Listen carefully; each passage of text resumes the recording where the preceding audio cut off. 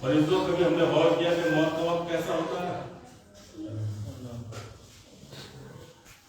کبھی ہم نے اس بات کو توجہ کی کہ موت کا وقت کیسا ہوتا ہے؟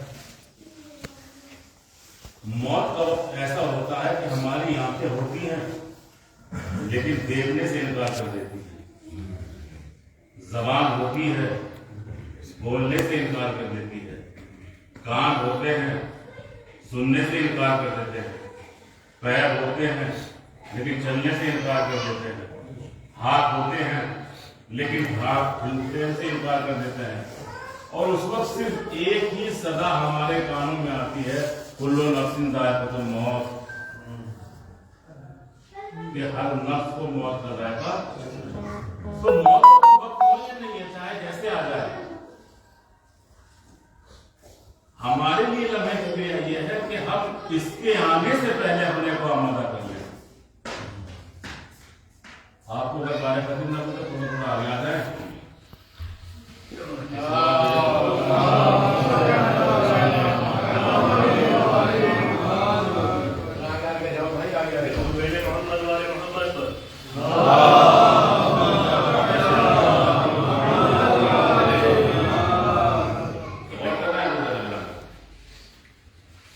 جب یہ کیسی حقیقت ہے معلوم ہے کہ آئے گی تو ہمیں اس کا اپنے کو آمادہ کرنا چاہیے، اپنے کو تیار کرنا چاہیے۔ تیار کیسے ہوں گے؟ غیبت کر کے، بھائی کا مال غصب کر کے، ایک دوسرے کی برائیاں کر کے، یہ تیاری ہے۔ اور میں اکثر کہتا ہوں کہ ہر انسان، آپ ہو یا میں ہو، ہم بہت بڑے سیانے ہیں۔ ہم ہر چیز کا انتظام پہلے سے کر لیتے ہیں، اور کر رہے ہیں ہم ہر چیز کا انتظام پہلے سے کر لیتے ہیں۔ کہیں جہاں سے واٹس ایپ پہ جو باتیں بھیجیں ان کو دیکھیے، موبائل پہ ایسا نہیں ہے کہ کچھ باتیں سارے ویسے غلطی ہوتی ہیں، اچھی بھی ہوتی ہے۔ ابھی آپ نے کل یا پرسوں کے گروپ میں تبلا ہند میں دیکھا ہوگا، یہ کون سا اس میں لکھا ہوا ہے کہ توجہ کا جانے کے بعد پروردگار عالم نے جس کا وعدہ کیا ہے،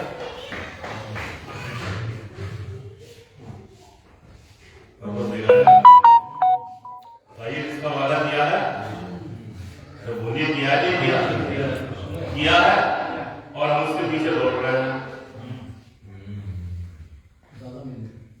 ہم اس کے پیچھے دوڑ رہے ہیں۔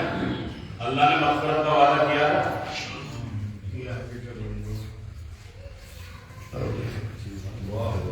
جس چیز کا وعدہ ہوا ہے اس کی ہم طرف دوڑ رہے ہیں، اور جس کے لیے کہا گیا ہے انتظام کر کے خود آنا، جس کے لیے کہا گیا کہ انتظام کر کے خود آنا۔ دیکھیے اذان گرامی، ہم جیسوں نے بھی کچھ تھوڑا سا ماحول جو ہے وہ کرتا ہے پراگندہ کہ ہم یہ کہہ دیتے ہیں کہ ہم اہل بیت کے ماننے والے ہیں، جنت ملے گی، کیونکہ اللہ جنت ملے گی، یقین ہے نا جنت ملے گی، یقین کامل ہے کہ ہمیں جنت ملے گی۔ وعدہ کس نے کیا ہے؟ ائمہ نے، پروردگار نے، اور ظاہر ہے پروردگار نے وعدہ کیا ہے، جو ائمہ نے وعدہ کیا ہوگا، رسول نے وعدہ کیا ہوگا۔ اس لیے قرآن یہ کہتا ہے کہ ہمارا حبیب کو کچھ کہتا نہیں، وہی کہتا ہے جو پروردگار کہتا ہے۔ اگر اہل بیت نے جنت دینے کا وعدہ کیا ہو تو وعدہ پروردگار کا ہے، تو وعدہ کیا ہے کہ جنت ضرور دلوائیں گے، لیکن ساتھ میں فکرہ چھوڑ دیتے ہیں، ساتھ میں ایک فکرہ چھوڑ دیتے ہیں، کہتے ہیں کہ جنت دلائیں گے، لیکن یہ کہا کہ جنت ہم ضرور دلائیں گے، لیکن برزخ کا انتظام کر کے خود آنا۔ جنت ہم ضرور دلائیں گے، برزخ کا انتظام خود کر کے آنا، میں آپ لوگوں کو نہیں کہوں گا۔ یہ مثال کے طور پر میں اپنے آپ کو مثال دوں، میں اپنے گھر سے آیا اور مجھے یقین تھا میں جا رہا ہوں وہاں زیادہ رام اس کو ملے گا نہیں ملے گا، اور کر رہے ہیں آپ، مجھے زیادہ راہ ملے گا نہیں ملے گا، لیکن یقین کیجیے ملے گا. اور میں گھر سے خالی جیب چلوں کیونکہ مثال دے رہا ہوں میں, اور مجھے یقین تو وہاں سے مل جائے, اور گھر سے میں خالی جیب چلا, میں بس میں سوار ہوا اور کرنے جائے میں بس میں سوار کے ساتھ ملے گا, میں اس میں سوار ہوا, کنڈکٹر نے مجھ سے پیسے مانگے, میں نے کہا میرے پاس کچھ ہے ہی نہیں, اور یقین کر کے کہا تھا وہاں سے ملے گا. اب آپ یہ دیکھیے کہ میرے ساتھ میں ہوگا کیا, راستے میں ہی وہ اتار دے گا,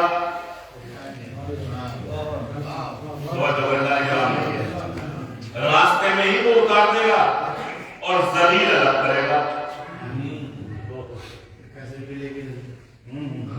اور کر رہے ہیں نا یقین تھا کہ وہاں سے ملے گا. لیکن میں پروردگار یہ اہمیت نے وعدہ کیا ہم جنت ضرور دلائیں گے, لیکن برکت کا انتظام مجھے یقین تھا کہ ملے گا وہاں پہ زیادہ رہا, لیکن میں چلا خالی جیب. اب راستے میں کیا دشواری پیش آ رہی ہے مجھے,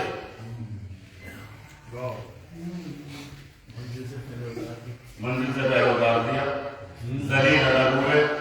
تو عزیزان گرامی وہاں پہ جہاں وعدہ ہوا ہے نہ پیسے کام آئیں گے, نہ بڑا خاندان کام آئے گا, نہ پیسہ کام آئے گا, کام آئیں گے تو نیک اعمال, کام آئیں گے تو عمل صالح. اہل بیت نے وعدہ ضرور کیا کہ ہم جنت دلائیں گے, لیکن برزخ کا انتظام کر کے ہمیں جانا ہے. اگر برزخ کا انتظام نہیں ہوا تو رسوائی الگ ہوگی, منزل سے بھٹک کے دور چلے جائیں گے. صلوات محمد و آل محمد.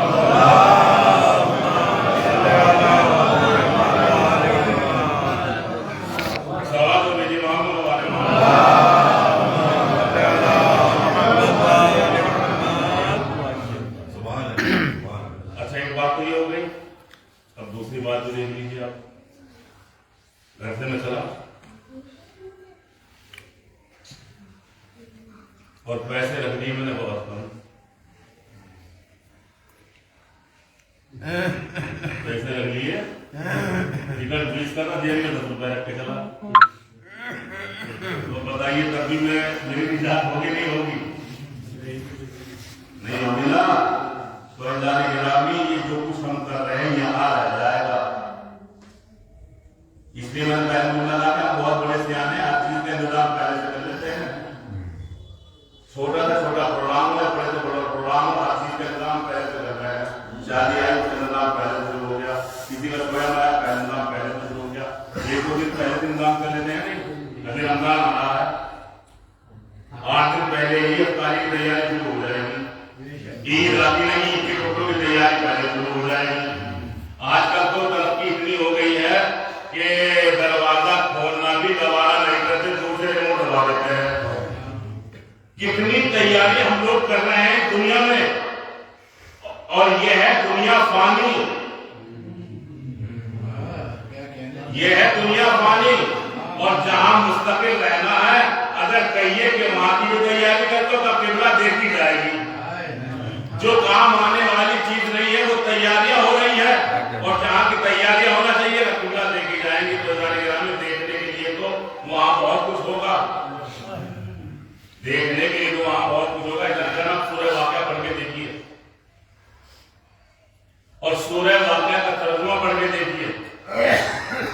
جہنمیوں کا لباس, جہنمیوں کا پانی, جہنمیوں کا بستر, سب کچھ اس کے اندر بیان کیا ہے. اب ترجمہ پڑھ کے دیکھیے. ہم مذاق میں گالی دیتے ہیں, مذاق میں ہوتی ہے گالی دینا, گناہ نے کبھی نہ چاہیے. اور ہم نے ایک سوال بھیجے محمد والے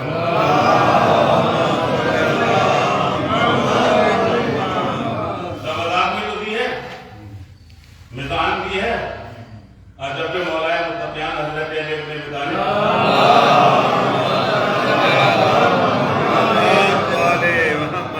ابی طالب دینا چاہے وہ مذاق ہی کیوں نہ ہو, قبر میں بچھو پیدا کر دیتا.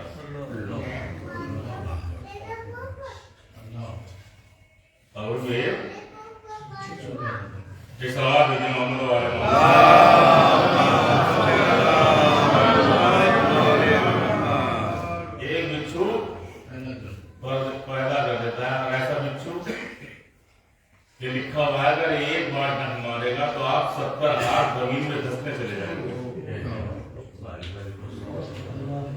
اب میں کیا کروں جب میرے مولانا نے ہلکا نہیں کیا ہے کہ سوال جو محمد والے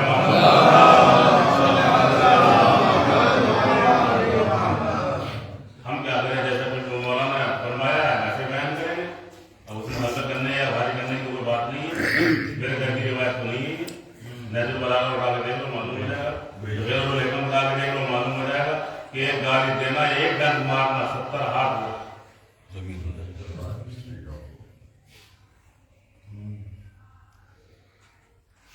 مزاق میں گالی دی ہے ایسی ضرورت کے لیے بھی کہا جاتا ہے.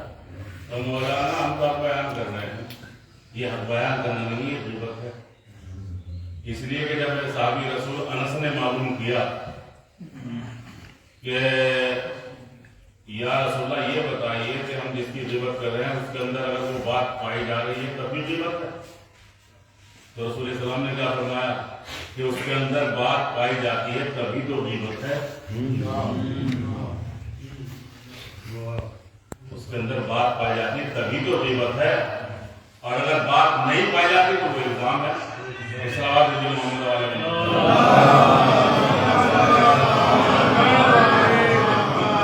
اس کے اندر بات پائی جا رہی ہے تبھی تو غیبت ہے. اور اگر اس کے اندر بات نہیں پائی جا رہی تو الزام ہے. تو اب یہ نہ کہو کہ ہم اب بیان کر رہے ہیں. یہ اب بیان کرنا نہیں ہے غیبت بیان ہو رہی ہے.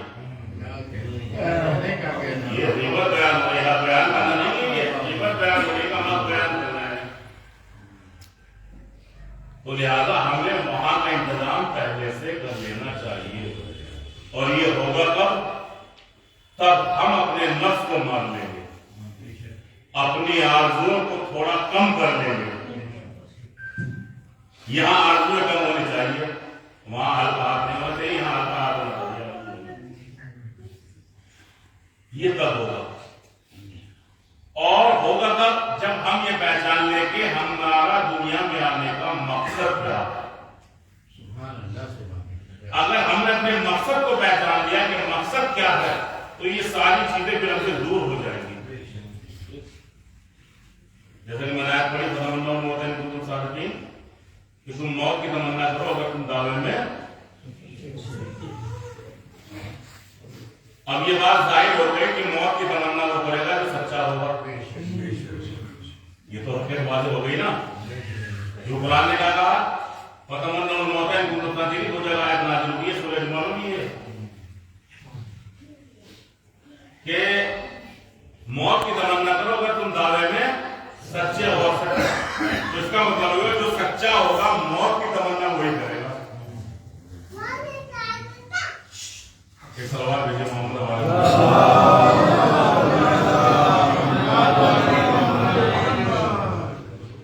میں موت کی تمنا وہ کرے گا جو دعوے میں جو سچا ہوگا. اگر گناہ کہہ دوں قرآن نے یہ بات واضح کر دی کہ موت کی تمنا وہ کرے گا جو سچا ہوگا, اور سچا وہ ہوگا جو سچوں کے ساتھ ہوگا.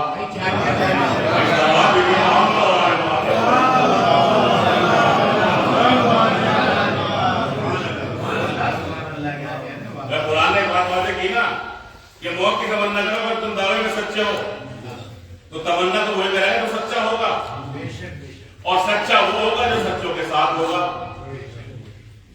اب یہ کیا کہتے ہیں ہم تو اہل بیت کے ماننے والے ہیں. دیکھیے ساتھ ضرور ہے, ہم ساتھ ضرور ہیں لیکن عملی ساتھ نہیں ہے. لیکن میں نے جملہ قاعدہ نہیں رہا, ہم عمل کے اعتبار کے ساتھ نہیں, ہم ساتھ ضرور ہیں کیا ہم اہل بیت کے ماننے والے ہیں لیکن عملاً ساتھ نہیں ہے. اگر عملاً ساتھ ہو جائیں تو یہاں بھی زندگی آزادی کے ساتھ گزرے, آخرت میں بھی آزادی کے ساتھ گزرے. یہاں بھی حور بن کے رہیں گے, وہاں بھی حور بن کے جائیں گے اگر عملی ساتھ ہو جائے. دیکھیے یہ جملہ اکثر آپ سنا ہوگا کہ ہماری پہچان دھاگے سے نہیں ہونی چاہیے, ہماری پہچان گلے سے نہیں ہونی چاہیے, ہماری پہچان کالے کپڑوں سے نہیں ہونی چاہیے. اگر ہماری پہچان ہو تو ہمارا کردار بولے, ہماری رفتار بولے, ہماری سیرت بولے, ہمارا مزاج بولے. لیکن حسین والا آ رہا ہے, صلوات جیسے محمد والا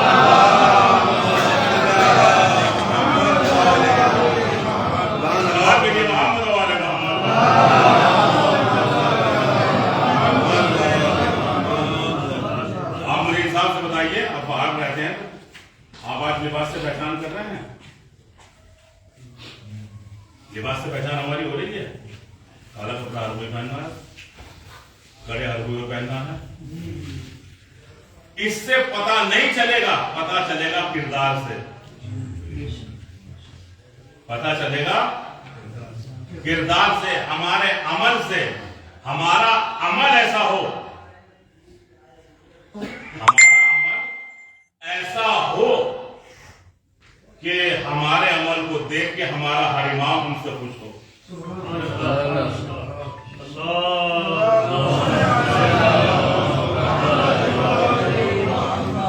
وقت کا امام خوش ہو. اس لیے کہ ہمارے وقت کے امام فرماتے ہیں کہ اگر ہم ایک لمحہ بھی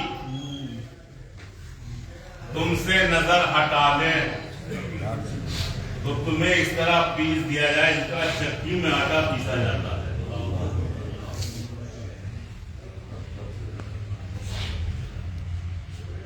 ہم کوئی غلط کام کر رہے ہیں، آپ کو دیکھ نہ دیتا ہے،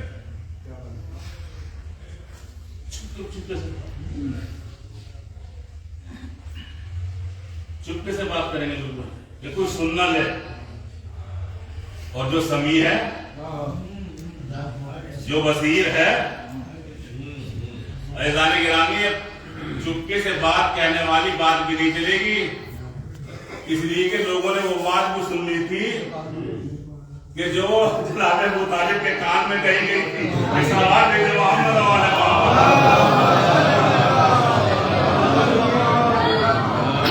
وہ عزیزان گرامی ہمیں دیکھنا چاہیے کہ ہمیں کوئی دیکھ رہا ہے، کوئی سن رہا ہے. ایک استاد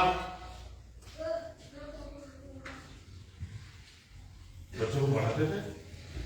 یہ غالباً ہمارے جو تنظیم میں کورس چلتا ہے، پہلے اس میں دوم کی کتاب میں تھا، اس کو کورس تبدیل ہوا ہے، ہو سکتا ہے وہ آگے پیچھے کر دیا گیا. استاد پڑھاتا تھا. استاد ایک لڑکے کو زیادہ چاہتا تھا. ایک لڑکے کو زیادہ چاہتا تھا.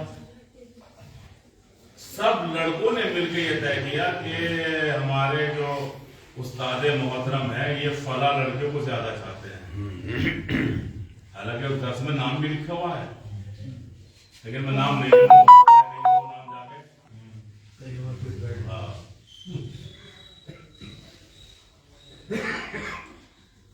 تو اس کو بہت زیادہ چاہتے ہیں. لہٰذا سب نے یہ طے کیا کہ آج ہم استاد سے شکایت کریں گے کہ تم فلاں کو زیادہ چاہتے ہو اور ہمیں زیادہ نہیں چاہتے. استاد سے کہا گیا، استاد نے کہا ٹھیک ہے، میں کل تم لوگوں کا امتحان لوں گا. میں کل تم لوگوں کا امتحان لوں گا. دیکھیے یہ مثالیں ایسی ہوتی ہے سمجھانے کے لیے. میں تم کل لوگوں کا امتحان لوں گا. اب جب وہ روز آیا تو استاد آیا تو استاد کے ہاتھ میں کچھ چڑیاں اور کچھ چھڑیاں، چاقو اور کچھ چڑیاں تھیں. استاد نے ایک چاقو اور ایک چڑیا ہر اپنے شاگرد کو دے دی. کہ جاؤ وہاں انہیں ذبح کر کے لاؤ جہاں تمہیں کوئی دیکھ نہ رہا ہو. اور عزیزان گرامی میں کچھ کہنا چاہ رہا ہوں، انہیں وہاں ذبح کر کے لاؤ جہاں تمہیں کوئی دیکھ نہ رہا ہو. سب چلے گئے. کوئی غسل خانے پہنچا، کوئی فلاں جگہ پہنچا، کوئی فلاں جگہ پہنچا. سب ذبح کر کے لے آئے، سب ذبح کر کے لے آئے. اور استاد جس کو زیادہ چاہتے تھے وہ بغیر ذبح کیے ہوئے اپنے پرندے کو لے کے چلا آیا. اور سب ہنسنے لگے کہ دیکھیے یہ ہے محبت کا نتیجہ. استاد اسی کو زیادہ چاہتے ہیں. استاد نے کہا تھا ذبح کر کے لاؤ جہاں تمہیں کوئی دیکھ نہ رہا ہو، اور یہ تو بغیر ذبح کیے ہوئے لے آیا. اب دیکھیے کیا ہوگا. آج تو ہماری فتح ہو گئی، ہم جیت گئے. استاد کا جو مشفقانہ رویہ تھا اب ہمارے ساتھ ہو جائے گا. سب اکٹھے ہو گئے. استاد نے سب کو بلا لیا اور آپس میں دیکھو یہ ہے چہتا شاگرد. استاد نے مولا معلوم کیا تم نے کہاں ذبح کیا؟ میں نے غسل خانے میں ذبح کیا. کسی نے دیکھا تو نہیں؟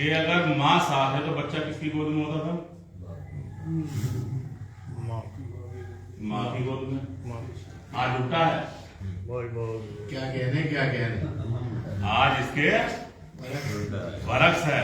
آج بچہ ماں کی گود میں نہیں ہوتا, باپ کی گود میں ہوتا ہے. ماں کی گود میں کچھ اور ہوتا ہے. سوال دیجیے محمد.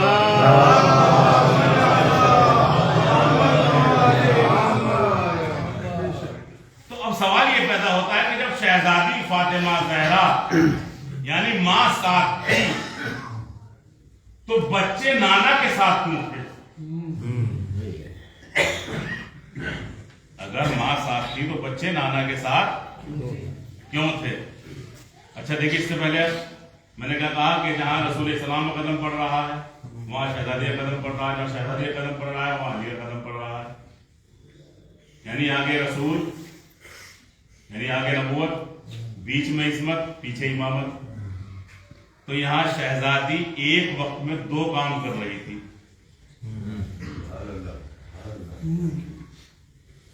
شہزادی ہماری ایک وقت میں دو کام کر رہی تھی. نبوت کی پشت پناہی کر رہی تھی, امامت کی رہنمائی کر رہی تھی.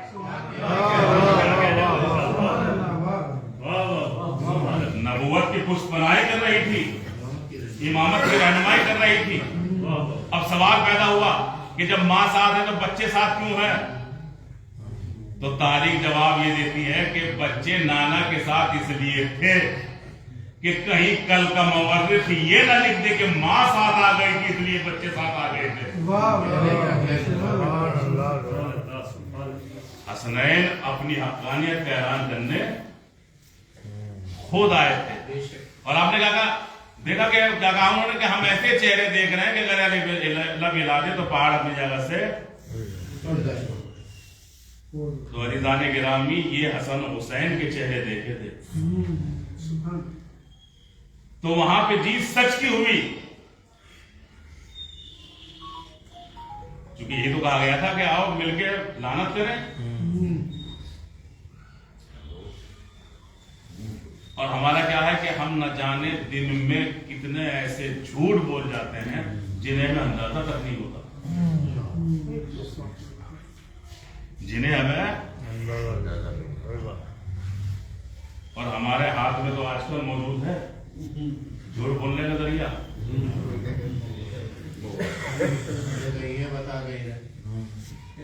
ہمارے ہاتھ میں تو آج جھوٹ بولنے کا دیکھیے موبائل جو ہے, موبائل جھوٹ بولنے کا ذریعہ ہے. اور ایسا نہیں کہ خالی جھوٹ بولنے کا ذریعہ بھی ہو. اپنے شعور کی بات ہے کہ ہم اس کو کیسے استعمال کریں. اپنے مزاج کی بات ہے ہم اس کو کیسے استعمال کریں. تو لہٰذا جھوٹ بولنا جو ہے وہ گناہ کبیرہ میں سے ہے. اور اعزان گرامی آپ دیکھیے, جب بات آگے کر چلوں, ہمارے ساتھ امام موسیٰ کاظم علیہ السلام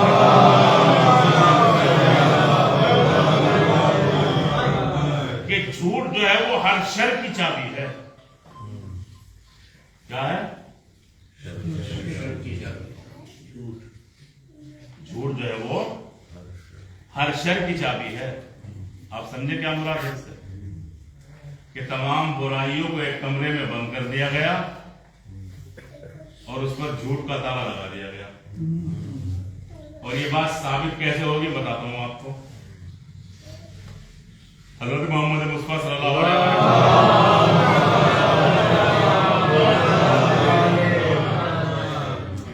کی خدمت میں ایک شخص آیا, اور آنے کے بعد بزم رسالت میں آنے کے لوگ تو ایک شخص آیا, اس کے ساتھ میں ایک شخص اور چلا ہے. جیسا ہمارے یہاں بھی ہوتا ہے, کوئی ہمارا دوست ہمارے ساتھ میں آ جائے چاہے وہ ہمارے مسلک سے ہی نہ ہو,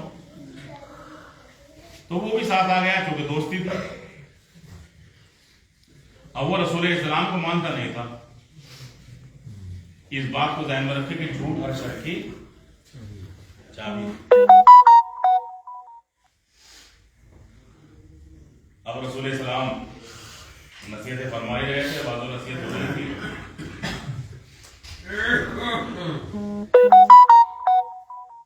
اب اس نے سنا یہ ہمارے رسول نے کہا. اور وہ کھڑا ہوا اور اس نے آنے کے بعد کہا کہ یا رسول اللہ، یا رسول اللہ میں کہہ رہا ہوں اکرامن، تاریخ میں محمد لکھا ہوا ہے، یا اکرامن یا رسول اللہ میں کہہ رہا ہوں. کھڑا ہوا اس نے کہا کہ یا رسول اللہ، آپ نے سب کو وعظ و نصیحت کی ہے، مجھے بھی کچھ وعظ و نصیحت کیجیے، لیکن میں صرف آپ کی ایک بات مانوں گا، ایک، زیادہ نہیں. قید لگا دی. تاریخ نے لکھا کہ اس کے اندر ہر طرح کا عیب موجود تھا. جواری وہ تھا، شرابی وہ تھا، یعنی کوئی دنیا کا عیب ایسا نہیں تھا جو اس کے اندر نہ پایا جاتا ہو. اور اس نے کہا کہ میں صرف آپ کی ایک بات مانوں گا، اور وہ رسول جو عالمین کے لیے رحمت بن کر آیا ہو، جنہوں نے حیوانوں کو مسلمانوں کو سلمان بنا دیا ہو، ان کے در سے کوئی اور خالی ہاتھ لوٹ سکتا ہے. کیا کہا میں آپ کی ایک بات مانوں گا. ٹھیک ہے. رسول اسلام نے کہا کہ وعدہ کرو آج سے جھوٹ بولنا بند کر بولنا. کیا سنا آپ نے؟ آج سے جھوٹ بولنا بند کر دے. ٹھیک ہے، چلا گیا. اب وہاں سے بس میں رسالت مآب سے نکلا. اب ظاہر عادت کی اپنے کو، اڈے پہ جا کے بیٹھا. جیسے ہی وہاں جانا چاہتا ہے، اس کے ذہن میں یہ بات آئی کہ اگر کل میں رسول اسلام کے سامنے گیا اور رسول اسلام نے مجھ سے معلوم کر لیا کل تم کہاں گئے، اگر میں نے یہ کہہ دیا میں فلاں جگہ گیا تو میری بدنامی، اور اگر میں یہ کہوں کہ میں کہیں نہیں گیا تو جھوٹ. لہذا وہاں سے واپس ہو گیا. چلو شرابی کے لیے تھوڑی بہت. اب جیسے ہی وہاں نزدیک پہنچا تو پھر اس کے زمین نے جھنجھوڑا. کہاں جا رہے ہو؟ چل جب بزم رسالت مآب میں جاؤ گے معلوم کر لیا کیا پیا. اگر تم نے کہہ دیا شراب پی تو تمہاری بدنامی، اور اگر کہا کہ میں نے کچھ پیا ہی نہیں تو جھوٹ. اب آپ دیکھ رہے ہیں کہ ایک جھوٹ اسے کہاں سے بچا رہا ہے. ساری کنجی ہے وہی واقعی. مکمل واقعہ ہے یہ، میں زیادہ تفصیل میں نہیں جاؤں گا. اب آپ یہ دیکھیں ایک جھوٹ کہاں سے اسے بچا رہا ہے. اس لیے ساتھ میں امام نے کہا ہے جھوٹ ہر شر کی چابی ہے. انسان جھوٹ بولنا بند کر دے، سارے عیبوں سے خود بخود پاک ہوتا چلا جائے گا. صلوات بھیجتے محمد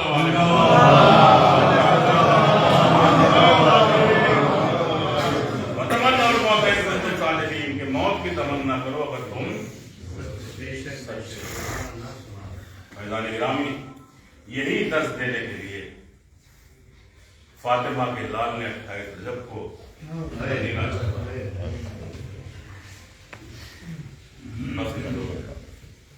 مرحوم کے سارے ثواب کی مجلس ہے.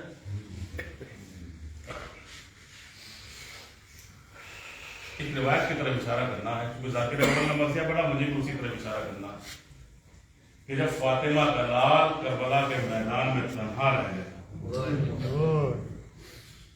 آواز استغاثہ بھی بلند ہو چکی، شہادت علی اصغر بھی ہو چکی. غریب زہرا خیمے میں آیا اور آنے کے بعد کہا تم پر حسین کا آخری سلام، تم پر حسین کا آخری سلام ہو. روایت یہ کہتی ہے کہ جب آخری مناظر تھے تو خیمے میں کوہرام برپا تھا. بیمیاں رو رہی تھی، سکینہ خاک پہ بچھاڑے کھا رہی تھی. اسی وقت ایک چھوٹے سے بچے نے جناب سکینہ کو دیکھا، اور دیکھنے کے بعد کیا دیکھا کہ جناب سکینہ تڑپ رہی ہے. فوراً اپنی ماں کے پاس آیا اور آنے کے بعد کہتا ہے ماں مجھے یہ بتاؤ کہ میری بہن سکینہ تڑپ کیوں رہی ہے، یہ خاک پر بچھاڑے کیوں لگا رہی ہے. تو وہ کہتی ہے میرا لال تیرا آقا مرنے کو جا رہا ہے، تیرا آقا مرنے کو جا رہا ہے. چھوٹا سا بچہ کہتا ہے اماں مجھے بتاؤ کیا لشکر کا سردار بھی مرنے کو جایا کرتا ہے. کہا میرے لال جب لشکر کا لمبردار مارا جاتا ہے تو سردار بھی مرنے کو جایا کرتا ہے.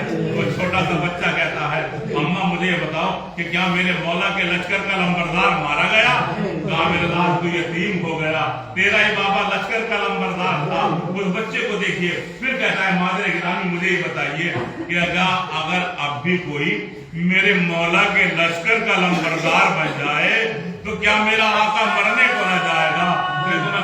عباس کہتی ہے اے میرے لال اب کون باقی ہے.